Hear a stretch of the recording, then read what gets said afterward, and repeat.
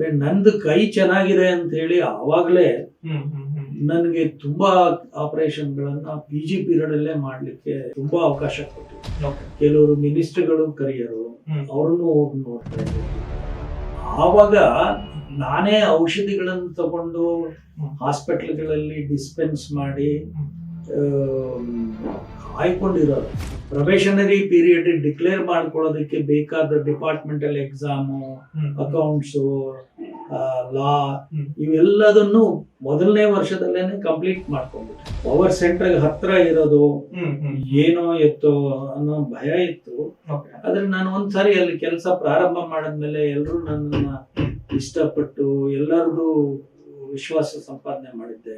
ನಮ್ಗೆ ಕೆಲ್ಸಕ್ಕೆ 2 ಅಪ್ಲಿಕೇಶನ್ ಬಂತು ಕಾಲ್ಫಾರ್ ಮಾಡಿದ್ರು. ಒಂದು ಹೆಲ್ತ್ ಅಂಡ್ ಫ್ಯಾಮಿಲಿ ವೆಲ್ಫೇರ್ ಅಲ್ಲಿ ಮಾಡಿದ್ರು, ಒಂದು ESI ಮಾಡಿದ್ರು. ನಾವು 86ನೇ ಇಸ್ವಿನಲ್ಲಿ ಫಸ್ಟ್ ಟೈಮು ಗವರ್ಮೆಂಟ್ ರೂಲ್ಸ್ ಮಾಡ್ಬಿಟ್ರು. ಅವಾಗೆಲ್ಲ ಡಾಕ್ಟರ್ಗಳು ತುಂಬಾ ಶಾರ್ಟೇಜ್ ಇತ್ತು, ಯಾರು ಸೇರ್ಕೊಂತ ಇರಲಿಲ್ಲ, ತುಂಬಾ ಗಲಾಟೆ, ಅಸೆಂಬ್ಲಿನಲ್ಲೆಲ್ಲ ಗಲಾಟೆ. ಅವಾಗ ಒಂದು ರೂಲ್ಸ್ ಮಾಡಿದ್ರು, PG ಮಾಡಬೇಕಾದ್ರೆ ಗವರ್ಮೆಂಟ್ ಕೆಲ್ಸಕ್ಕೆ ಸಿಕ್ಕಿದ್ರೆ ನಿಮಗೆ ರಜಾ ಕೊಡಲ್ಲ, 2ರಲ್ಲಿ ಒಂದು ನೀವು ಸೆಲೆಕ್ಟ್ ಮಾಡಬೇಕು. PG ಮಾಡಬೇಕು, ಇಲ್ಲ ಅಂದ್ರೆ ಕೆಲ್ಸಕ್ಕೆ PG ಬಿಟ್ಟು ಬಂದು ಸೇರ್ಕೋಬೇಕು ಅಂತ ಹೇಳಿ ರೂಲ್ಸ್ ಮಾಡಿದ್ರು. ಆದ್ರೆ ESI ನಲ್ಲಿ ಆ ರೂಲ್ಸ್ ಇನ್ನೂ ಇಂಪ್ಲಿಮೆಂಟ್ ಮಾಡಿರ್ಲಿಲ್ಲ, ಅದಿರ್ಲಿಲ್ಲ. ಅಕಸ್ಮಾತ್ ಅಲ್ಲಿ ಕೆಲಸ ಸಿಕ್ಕಿದ್ರೆ ನಾನು ಕೆಲಸ ರಿಟೈನ್ ಮಾಡಿಕೊಂಡು PG ಮಾಡಿಕೊಂಡು ಮತ್ತೆ ವಾಪಸ್ ಸೇರ್ಕೊಳ್ಳಿಕ್ಕೆ ಅವಕಾಶ ಇತ್ತು. ನನಗೆ ಫಸ್ಟ್ ESI ಇಂಟರ್ವ್ಯೂ ಬಂತು KPSC ನಲ್ಲಿ. ESI ಸೆಲೆಕ್ಟ್ ಆಗ್ಲಿಲ್ಲ. ಸೊ ನನಗಿದ್ದಿದ್ದ ಅವಕಾಶ ESI ನಲ್ಲಿ ಸೆಲೆಕ್ಟ್ ಆಗಿದ್ರೆ ನನಗೆ ರಜಾ ಸಿಕ್ಕೋದು, ಕೆಲಸ ಉಳಿಸ್ಕೊಂಡು PG ಮಾಡ್ಬೋದಾಗಿತ್ತು. ಅಲ್ಲಿ ಸಿಗ್ಲಿಲ್ಲ.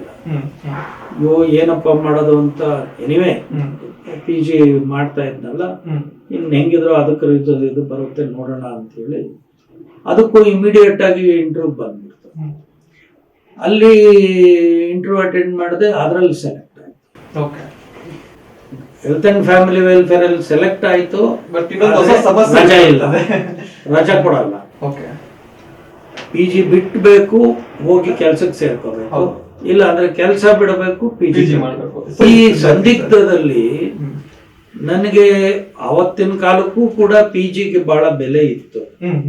PG ಯಾರು ಸಿಕ್ಕಿದ್ದು PG ಯಾರು ಬಿಡ್ತಾರ? ಇದು ನಮ್ಮ ಮಾವ ಇಲ್ಲ PG ಮಾಡಪ್ಪ ಅಂತಂದ್ರು. ಮತ್ತೆ ನಮ್ಮ ತಂದೆ ತಾಯಿಗಳು ಪ್ರತಿಯೊಂದು ನಿನ್ನ ಡಿಸಿಷನ್, ನಿನಗೆ ಏನ್ ಅನ್ಸುತ್ತೆ ಅದು ಮಾಡು ಅಂತ ಹೇಳೋರು.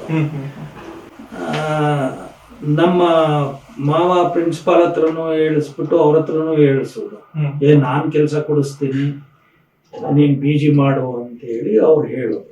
ಏನು ಇಲ್ಲ ಅಂದ್ರೆ ದುಬೈನಲ್ಲಿ ಕೆಲಸ ಬೇಕಾದಂಗೆ ಸಿಗ್ತದೆ, ನಿನ್ಗೆ ತೀರಾ ಇಲ್ಲಿ ಸಿಕ್ಕಲೇ ಇಲ್ಲ ಅಂದ್ರೆ ಅಲ್ಲಿ ಬೇಕಾದ್ರೂ ಕೊಡಿಸ್ತೀನಿ. ಕೊನೆಗೆ ನಾನು ಕೂತ್ಕೊಂಡು ಯೋಚನೆ ಮಾಡಿ ಇದು ನಾನು ರಿಪೋರ್ಟಿಂಗ್ ಡೇಟ್ ಬಂತು. ರಿಪೋರ್ಟಿಂಗ್ ಡೇಟ್ ಬಂದಾಗ ನನಗೆ ಅಷ್ಟೊತ್ತಿಗೆ ಆಗ್ಲೇ ಮದುವೆ ಆಗಿದೆ. ನಾನು ಬೆಂಗಳೂರಿಗೆ ವಾರಕ್ಕೆ ತಿಂಗಳಿಗೊಂದ್ಸರಿ ಬರಬೇಕು. ತಿಂಗಳಿಗೊಂದ್ಸರಿ ಬಂದ್ರೆ ಅವಳನ್ನ ಆಚೆ ಕರ್ಕೊಂಡು ಹೋಗಕ್ಕೂ ದುಡ್ಡಿಲ್ಲ ನನ್ನ ಹತ್ರ, ಹೊರಗಡೆ ಹೋಗಕ್ಕೂ ದುಡ್ಡಿಲ್ಲ, ಒಂದು ಪಿಕ್ಚರ್ ನೋಡಕ್ ದುಡ್ಡಿಲ್ಲ. ಈಗ ಸದ್ಯಕ್ಕೆ ನಾನು ಮದುವೆ ಮಾಡ್ಕೊಂಡು ತಪ್ಪು ಮಾಡ್ಕೊಂಡಿದ್ದೀನಿ, ನಾನು ಇನ್ನೊಬ್ರು ಹಂಗಲ್ಲಿ ಬದುಕ್ಲಿಕ್ಕೆ ಸಾಧ್ಯ ಇಲ್ಲ ಅಂತೇಳಿ ಯಾರಿಗೂ ಯಾರು ಏನ್ ಹೇಳಿದ್ರು it was my decision to quit. ಅಲ್ಲಿ ಬಿಟ್ಟೆ.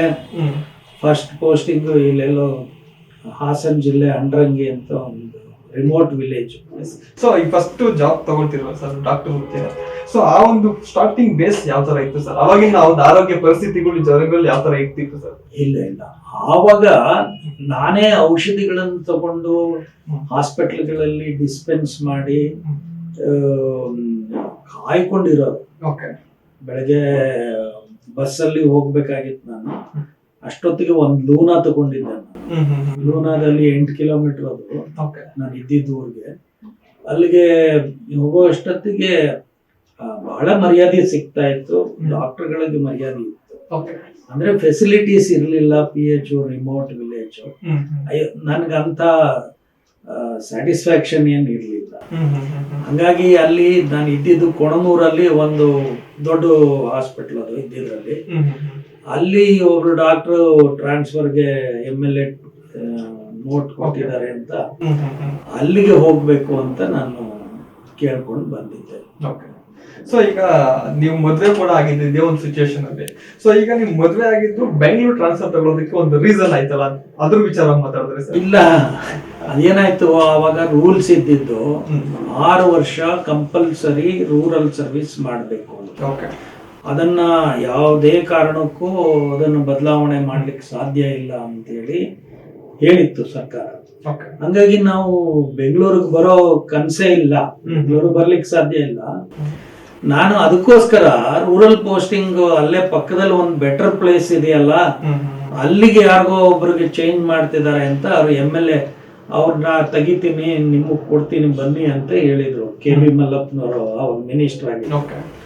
ಅವರನ್ನ ಕಾಯ್ಕೊಂಡು ನಾನು ಇಲ್ಲಿ LHL ಬಂದು ನಿಂತಿದ್ದೆ, ಅಲ್ಲಿಗೆ ನೋಟ್ ತಗೋಬೇಕು ಅಂತ.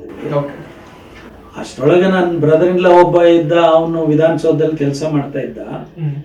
ಅವನು ಡಾಕ್ಟ್ರೇ ನೀವು ಬೆಂಗಳೂರಿಗೆ ಬನ್ರಿ, ಅಲ್ಲೇನ್ ಮಾಡ್ತೀರಾ ಅಂದ. ಬೆಂಗಳೂರಿಗೆ ಹೆಂಗ್ ಬರಕ್ಕಾಗತ್ತೆ, ರೂರಲ್ ಪೋಸ್ಟಿಂಗ್ ಕಂಪಲ್ಸರಿ ಇದೆಯಲ್ಲ ಅಂದ್ರೆ ಏನ್ ಕಾರಣ ಕೇಳಲಿಕ್ಕೆ ಆಗ್ತದೆ ಅಂತ ಅವನು ಐಡಿಯಾ ಕೊಟ್ಟ. ನೋಡ್ರಿ, ನಿಮ್ ಮಿಸಸ್ BSc ಹೋಮ್ ಸೈನ್ಸ್ ಮಾಡ್ತಿದ್ರಲ್ವಾ, BSc ಹೋಮ್ ಸೈನ್ಸ್ ಅಲ್ಲೆಲ್ಲೂ ಇಲ್ಲ, ಬೆಂಗಳೂರಲ್ಲೇ ಇರೋದು. ಅವ್ರ ಅರ್ಧ ಡಿಸ್ಕಂಟಿನ್ಯೂ ಮಾಡಿದ್ದಾರೆ. ಆ ರೀಸನ್ ಹಾಕ್ಬಿಟ್ಟು ನೀವು ಒಂದು ಅಪ್ಲಿಕೇಶನ್ ಕೊಡಿ, ನೋಡೋಣ ಆದ್ರೂ ಆಗ್ಬೋದು ಅಂತ ಹೇಳಿ ಹೇಳಿದ್ದ. ಇದ್ರ ಮೇಲೆ ಸುಮ್ಮನೆ ಒಂದು ಅಪ್ಲಿಕೇಶನ್ ಕೊಟ್ಟಿದ್ವಿ. ಅವಾಗ ನಮ್ಮ ರಾಮಕೃಷ್ಣ ಹೆಗ್ಡೆ ಅವ್ರ ಕಾಲದಲ್ಲಿ ರಾಮಪ್ಪ ಅಂತ ಅವರು ಸ್ಪೆಷಲ್ ಆಫೀಸರ್, ಅವ್ರಿಗೆ ಹೋಗಿ ಅಪ್ರೋಚ್ ಮಾಡಿದ್ವಿ. ಅವರು ಮುಂದಿನ ಜನರಲ್ ಟ್ರಾನ್ಸ್ಫರ್ ಅಲ್ಲಿ ಮಾಡಿ ಅಂತ ರಾಮಕೃಷ್ಣ ಹೆಗ್ಡೆ ಅವರು ಆರ್ಡರ್ ಮಾಡಿದ್ರು. ಆ ಬೇಸಿಸ್ ಮೇಲೆ ನನಗೆ ರೂರಲ್, ಇಲ್ಲಿಗೆ ಬಂದ್ರು ರೂರಲ್ ತಗೋಬೇಕು ಅಂತ ಹೇಳಿ ನಾನು ಸಿಂಗ್ಸಂದ್ರ ಅಂತ ಒಂದು PHC ಅಲ್ಲಿ ಕ್ವಾರ್ಟರ್ಸ್ ಅಲ್ಲಿ ಇದೆ ಅಂತ ಹೇಳಿ ಅದಕ್ಕೆ ಕೇಳಿದ್ದೆ. ಸೊ ನನಗೆ ಟ್ರಾನ್ಸ್ಫರ್ ಸಿಂಗ್ಸಂದ್ರಕ್ಕೆ ಆಯ್ತು. ನಾನು ಅಲ್ಲಿಂದ ರಿಲೀವ್ ಆಗಿ ಸಿಂಗ್ಸಂದ್ರಕ್ಕೆ ಅಂತ ಹೇಳಿ ರಿಲೀವ್ ಆಗಿ ಬಂದಿದ್ದೆ. ಇಲ್ಲಿ DHO ಆಫೀಸ್ ನಲ್ಲಿ ನಾನು ಮೂವ್ಮೆಂಟ್ ಆರ್ಡರ್ ತಗೋಬೇಕು ಇಲ್ಲಿ ಜಾಯಿನ್ ಆಗಲಿಕ್ಕೆ. ಬೆಂಗಳೂರಿಗೆ ಬಂದು ಅಲ್ಲಿ ರಿಲೀವ್ ಆಗಿ ಸಿಂಗ್ಸಂದ್ರಕ್ಕೆ ಅಂತ ಇಲ್ಲಿ ಬರ್ಕೊಡ್ಲಿಕ್ಕೆ ಹೋಗಿದ್ದೆ ನಾನು. ಆ ಟೈಮ್ನಲ್ಲಿ ನನಗೆ ಗೊತ್ತೇ ಇಲ್ಲ. ಅಲ್ಲಿ ಹೋದಾಗ ಅವ್ರು ಯಾರೋ ಹೇಳಿದ್ರು, ಇರ್ರಿ ಅದೇನೋ ಮಾಡಿಫಿಕೇಶನ್ ಆಗಿದೆ, ನಿಮ್ದು ಅಲ್ಲಿ ಇಲ್ಲ, ನಿಮ್ ಬೇರೆ ಕಡೆಗೆ ಆಗಿದೆ ಇರಿ ಅಂತ ಹೇಳಿ ನೋಡ್ಬಿಟ್ಟು ನಿಮ್ಗೆ ವಿಧಾನಸೌಧ ಡಿಸ್ಪೆನ್ಸರಿ ಆಗಿದೆ. ಯಾವ ತರ ನಿಮ್ಗೆ ಆಗ್ತಾನೆ ಇದೆ ಅಲ್ಲಿ ಯಾಕೆ ಅಂದ್ರೆ ವಿಧಾನಸೌಧ ಡಿಸ್ಪೆನ್ಸರಿನಲ್ಲಿ ಇದ್ದವ್ರನ್ನ ವಿಕ್ಟೋರಿಯಾಗೆ ಹಾಕಿದ್ರು, ಸಿಂಗ್ಸಂದ್ರದಲ್ಲಿ ಇದ್ದವರನ್ನ ವಿಧಾನಸೌಧಕ್ಕೆ ಹಾಕಿದ್ರು. ಅವರಿಬ್ಬರ ಮಧ್ಯ ಟಗ್ ಆಫ್ ವಾರ್ ಆಗಿದೆ.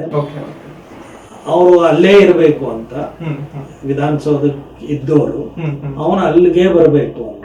ಅವ್ರ ಮಧ್ಯ ಆ ರಾಜಕೀಯದಲ್ಲಿ ಸ್ವಲ್ಪ ಅವಾಗ ರಾಚಯ್ಯನವರು ಹೆಲ್ತ್ ಮಿನಿಸ್ಟರ್, ಅವರು ಇವರಿಬ್ರು ಅಲ್ಲಿ ಇಂಟರ್ಫಿಯರ್ ತುಂಬಾ ಇನ್ಫ್ಲೂಯೆನ್ಸ್ ಮಾಡ್ತಿದ್ದಾರೆ ಅಂತ ಹೇಳಿ ಅವ್ರು ಸಿಟ್ಟು ಬಂದು, ಇವ್ರಿಬ್ರು ಬೇಡ ರೀ, ಮಧ್ಯದಲ್ಲಿ ಯಾವನಿದ್ದಾನೆ ಹಾಕ್ರಿ ಅಂತ. ನೀವ್ ಹಾಕ್ತೀರಾ? ಹಂಗಾಗಿ ಮಧ್ಯದಲ್ಲಿ ಇದ್ದಂದು ನನಗ್ ಗೊತ್ತೇ ಇಲ್ಲ, ನಾನು ಕೇಳಿಲ್ಲ. ವಿಧಾನಸೌಧ ಡಿಸ್ಪೆನ್ಸರಿ ಎಲ್ಲಿದೆ ಅಂತ ಗೊತ್ತಿಲ್ಲ. ವಿಧಾನಸೌಧ ಡಿಸ್ಪೆನ್ಸರಿ ನನಗೆ ಹಾಕಿಲ್ಲ. ಅವಾಗ ನಾನು ಇಲ್ಲ, ಅಲ್ಲೆಲ್ಲ ಮಾಡಕ್ ಕಷ್ಟ ಆಗುತ್ತೆ ವಿಧಾನಸೌಧದಲ್ಲಿ, ನಾನು ಇನ್ನೂ ಈಗ ಹೊಸದಾಗಿ ಸೇರ್ಕೊಂಡಿದ್ದೀನಿ ಅಂತ ಹೇಳಿ ಸಿಂಗ್ಸಂದ್ರಕ್ಕೆ ಬೇಕು ನನಗೆ ಅಂತ ಕೇಳಿದೆ. ಅವಾಗಲೂ ಅವ್ರು ಬೈದು, ಇಲ್ಲ ಆರ್ಡರ್ ಆಗಿದೆ, ನೀವು ಸುಮ್ಮನೆ ಇಲ್ಲಿಗೆ ಹೋಗ್ರಿ ಅಂತ. ಎನಿವೆ ವಿಧಾನಸೌಧಕ್ಕೆ ಬಂದು ಸೇರ್ಕೊಂಡೆ. ಅವಾಗ ಮಾಮೂಲಿ ನನ್ನ ಸರ್ವಿಸ್ ತುಂಬಾ ಎಲ್ಲರಿಗೂ ಆಸಕ್ತಿಯಿಂದ ನೋಡ್ತಾ ಇದ್ದೆ, ಎಲ್ಲರನ್ನು ವಿಶ್ವಾಸಕ್ಕೆ ತಗೊಂಡಿದ್ದೆ. ಇವರು ಬರೋರು ಜಾಸ್ತಿ ಆಯ್ತು, ತೋರ್ಸ್ಕೊಳಕ್ ಬರೋರು, ಎಂಪ್ಲಾಯೀಸ್ ಬರೋರು, KJD ಅವ್ರು ಬರೋರು, ಈ ಕಡೆ ಎಲ್ಲ ಸುತ್ತ ಇದ್ದಿದ್ದು ಇವರೆಲ್ಲರೂ ಬರೋರು. ಸರ್ ಈ ಮುಂಚೆ ನೀವು ಹೇಳ್ತಿದ್ರಿ ವಿಧಾನಸೌಧದಲ್ಲಿ ಇಬ್ಬರು ಡಾಕ್ಟರ್ ಮಧ್ಯೆ ಜಟಾಪಟಿ ಆಗ್ತಾ ಇತ್ತು ಅಂತೆ. ಸೊ ಆ ಜಟಾಪಟಿಯಿಂದ ನಿಮ್ಗೆ ಏನ್ ಮೈನಸ್ ಆಯ್ತು, ಏನ್ ಪ್ಲಸ್ ಆಯ್ತು ಸರ್? ಅಲ್ಲ, ಮೈನಸ್ ಏನೂ ಆಗ್ಲಿಲ್ಲ ನನಗೆ. ಓಕೆ. ಮೈನಸ್ ಆಗುತ್ತೆ ಅಂತ ನಾನು ಅನ್ಕೊಂಡಿದ್ದೆ ಸ್ಟಾರ್ಟಿಂಗ್ ಅಲ್ಲಿ. ಯಾಕಂದ್ರೆ ಪವರ್ ಸೆಂಟರ್ ಹತ್ರ ಇರೋದು ಏನೋ ಇತ್ತು ಅನ್ನೋ ಭಯ ಇತ್ತು. ಆದ್ರೆ ನಾನು ಒಂದ್ಸಾರಿ ಅಲ್ಲಿ ಕೆಲಸ ಪ್ರಾರಂಭ ಮಾಡಿದ್ಮೇಲೆ ಎಲ್ಲರೂ ನನ್ನನ್ನ ಇಷ್ಟಪಟ್ಟು ಎಲ್ಲರದು ವಿಶ್ವಾಸ ಸಂಪಾದನೆ ಮಾಡಿದ್ದೆ. ಕೆಲವರು ಮಿನಿಸ್ಟರ್ಗಳು ಕರಿಯರು, ಅವ್ರನ್ನು ಹೋಗಿ ನೋಡ್ತಾ ಇದ್ದೆ ಅಲ್ಲಿದ್ದಾಗ. ಹಾಗಾಗಿ ಒಳ್ಳೆ ಒಡನಾಟ ಮತ್ತೆ ಕಾಂಟ್ಯಾಕ್ಟ್ ಚೆನ್ನಾಗಿ ಡೆವಲಪ್ ಆಯ್ತು. ಸೊ ನನಗೆ ಒಳಗಡೆ ಇದ್ದದ್ದು PG ಬಿಟ್ಟು ಬಂದಿದ್ದು ನಾನು. ಅದನ್ನ ಏನಾದ್ರೂ ಮಾಡಿ ಕಂಟಿನ್ಯೂ ಮಾಡಬೇಕು ಅನ್ನೋದಕ್ಕೋಸ್ಕರ ಅದ್ರ ಬಗ್ಗೆ ಯೋಚನೆ ಮಾಡಿದೆ. ಅದಕ್ಕೋಸ್ಕರನೇ ನಾನೇನ್ ಮಾಡಿದೆ, ಅವಾಗ ತಿಳ್ಕೊಂಡೆ ನಾನು. ಅಲ್ಲಿ ಪ್ರೊಬೇಷನರಿ ಪೀರಿಯಡ್ ಡಿಕ್ಲೇರ್ ಆದ್ಮೇಲೆ ಎಕ್ಸ್ಟ್ರಾ ಆರ್ಡಿನರಿ ಲೀವ್ ಅಂತ ಕೊಡ್ತಾರೆ. ಸ್ಟಡಿ ಲೀವ್ ಕೊಡ್ಲಿಕ್ಕೆ ಅವಕಾಶ ಇದೆ, ನೀವು ಅದನ್ನು ಪ್ರಯತ್ನ ಮಾಡಬಹುದು ಅಂತ ಹೇಳಿದ್ರು. ಅದಕ್ಕೆ ನಾನು ಪ್ರೊಬೇಷನರಿ ಪೀರಿಯಡ್ ಡಿಕ್ಲೇರ್ ಮಾಡ್ಕೊಳ್ಳೋದಕ್ಕೆ ಬೇಕಾದ ಡಿಪಾರ್ಟ್ಮೆಂಟಲ್ ಎಕ್ಸಾಮು, ಅಕೌಂಟ್ಸು, ಲಾ ಇವೆಲ್ಲದನ್ನು ಮೊದಲನೇ ವರ್ಷದಲ್ಲೇನೆ ಕಂಪ್ಲೀಟ್ ಮಾಡ್ಕೊಂಡ್ಬಿಟ್ಟೆ. ಮತ್ತೆ 2 ವರ್ಷಕ್ಕೆ ನಂದು ಆದ ಕೂಡಲೇ ನಾನು ಪ್ರೊಬೇಷನರಿ ಪೀರಿಯಡ್ ಮೂವ್ ಮಾಡಿದೆ. ಎಲ್ಲರೂ ಪರಿಚಯ ಇದ್ದಿದ್ದರಿಂದ ಸಹಾಯ ಮಾಡಿದ್ರು. ಕೂಡಲೇ ಅದು ಎಲ್ಲದೂ ಆಯ್ತು. ಆಮೇಲೆ ನಾನು ಈ ಬಿಟ್ಟು ಬಂದಿದ್ನಲ್ಲ, ಅದ್ರ ಬಗ್ಗೆ ಕೇಳಕ್ ಪ್ರಾರಂಭ ಮಾಡಿದೆ, ಅದು ಹೇಗೆ ತಗೋಬೋದಾ ಅಂತ. ಅವಾಗ ಯೂನಿವರ್ಸಿಟಿ ಅವ್ರು ಹೇಳಿದ್ರು, ಒಂದು ಸಾರಿ ನೀವು ಬಂದು PGಗೆ ಸೇರ್ಕೊಂಡ್ರೆ 3 ವರ್ಷಗಳ ಕಾಲ ಅದು ಇರುತ್ತೆ. 3 ವರ್ಷದ ಒಳಗಡೆ ನೀವು ಏನಾದ್ರೂ ಬಂದು ಸೇರ್ಕೊಂಡ್ರೆ ನಿಮ್ಗೆ ಆ ಸೀಟು ಸಿಗುತ್ತೆ, ಆದ್ರೆ ಪರ್ಮಿಷನ್ ತಗೋಬೇಕು. ಯೂನಿವರ್ಸಿಟಿ ವೈಸ್ ಚಾನ್ಸಲರ್ ಪರ್ಮಿಷನ್ ಆಗ್ಬೇಕು ಅಂತ ಹೇಳಿದ್ರು. ಸೊ ನನಗೆ ಇಲ್ಲಿ ವಿಧಾನಸೌಧದಲ್ಲಿ ಇದ್ದಾಗ ನಾನು ಅಲ್ಲೇ ಎಲ್ಲರೂ ಪರಿಚಯ ಇದ್ದಿದ್ರಿಂದ ಎಲ್ಲರೂ ಸಹಾಯ ಮಾಡಿದ್ರು. 2 ವರ್ಷದಲ್ಲಿ ಪ್ರೊಬೇಷನರಿ ಪೀರಿಯಡ್ ಡಿಕ್ಲೇರ್ ಆಯ್ತು. ಮತ್ತೆ ಎಕ್ಸ್ಟ್ರಾರ್ಡಿನರಿ ಲೀವ್ ಅಪ್ಲೈ ಮಾಡಿದೆ, ಅದು ಸ್ಯಾಂಕ್ಷನ್ ಆಯ್ತು. ಮತ್ತೆ ಯೂನಿವರ್ಸಿಟಿಗೆ ಹೋಗಿ ಪಾಪ ಯಾರೋ MP ಇದ್ರು, ಅವಾಗ ಕೋಲಾರದ MP ವೆಂಕಟೇಶ್ ಅಂತ, ಅವ್ರು ಹೇಳ್ಬಿಟ್ಟು ನನ್ಗೆ ಯೂನಿವರ್ಸಿಟಿ ವೈಸ್ ಚಾನ್ಸಲರ್ ಹತ್ರ ಪರ್ಮಿಷನ್ ಕೊಡ್ಸಿದ್ರು. ಇನ್ನು 2 ದಿವಸ ಉಳಿದಿತ್ತು 3 ವರ್ಷ ಕಂಪ್ಲೀಟ್ ಆಗ್ಲಿಕ್ಕೆ.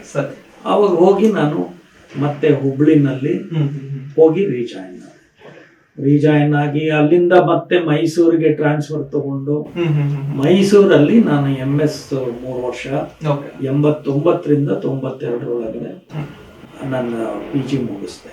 ಸೊ ಈಗ 92 ನಂತರ ನೀವು ಮತ್ತೆ ಡಾಕ್ಟರ್ ಪ್ರೊಫೆಷನ್ಗೆ ಯಾವ ಹಾಸ್ಪಿಟಲ್ಗೆ ಬರ್ತೀರಿ ಸರ್? ಅದೇ ಅಲ್ಲ, ಅಲ್ಲಿ ಮುಗಿದ ಕೂಡಲೇ PG ಮುಗಿದ ಮೇಲೆ ನಾನು ಅಷ್ಟರೊಳಗೆ ನನ್ನ ಅದೃಷ್ಟಕ್ಕೆ ಪಾಪ ನನ್ನ ಐ ಹ್ಯಾವ್ ಟು ರಿಮೆಂಬರ್, ನಮ್ಮ ಪ್ರೊಫೆಸರ್ ಗಿರಿಗೌಡರು ಅಂತ ಇದ್ರು, ತುಂಬಾ ಒಳ್ಳೆ ಸರ್ಜನ್ನು ಮತ್ತೆ ಟೀಚರು.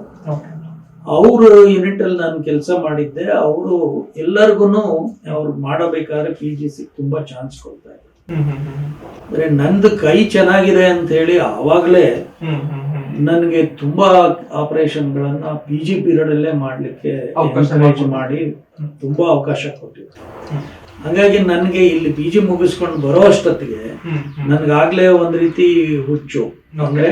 ಈಗ ನಾನು ಯಾರ ಕೈನಲ್ಲೂ ಕೈ ಕೆಳಗನೂ ಕೆಲಸ ಮಾಡಬಾರ್ದು, ಇಂಡಿಪೆಂಡೆಂಟ್ ಆಗಿ ನಾನು ಇವಾಗ್ಲೇ ಸ್ಟಾರ್ಟ್ ಮಾಡ್ಬೇಕು ಅಂತ ಹೇಳಿ ಮಾಡ್ಕೊಂಡು ಇಂಡಿಪೆಂಡೆಂಟ್ ಆಗಿ ಮಾಡ್ಬೇಕು ಅಂತಂದ್ರೆ ಯಾವ್ದಾದ್ರು ಡಿಸ್ಟ್ರಿಕ್ಟ್ ಹಾಸ್ಪಿಟಲ್ಗಳಲ್ಲಿ ಮಾಡ್ಬೇಕು.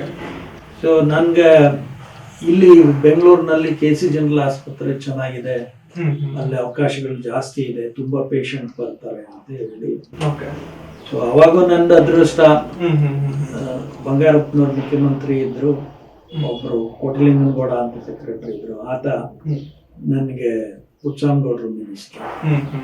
ಬಹಳ ತುಂಬಾನೇ ಮಾಡಕ್ ಸಾಧ್ಯನೇ ಇಲ್ಲ, ಯಾರನ್ನ ತೆಗೆಯೋದು ಯಾರನ್ನ ಬಿಡೋದು ಅನ್ನೋ ಇದರಲ್ಲಿ ಕೊನೆಗೆ ಮಾಡಿಕೊಟ್ರು.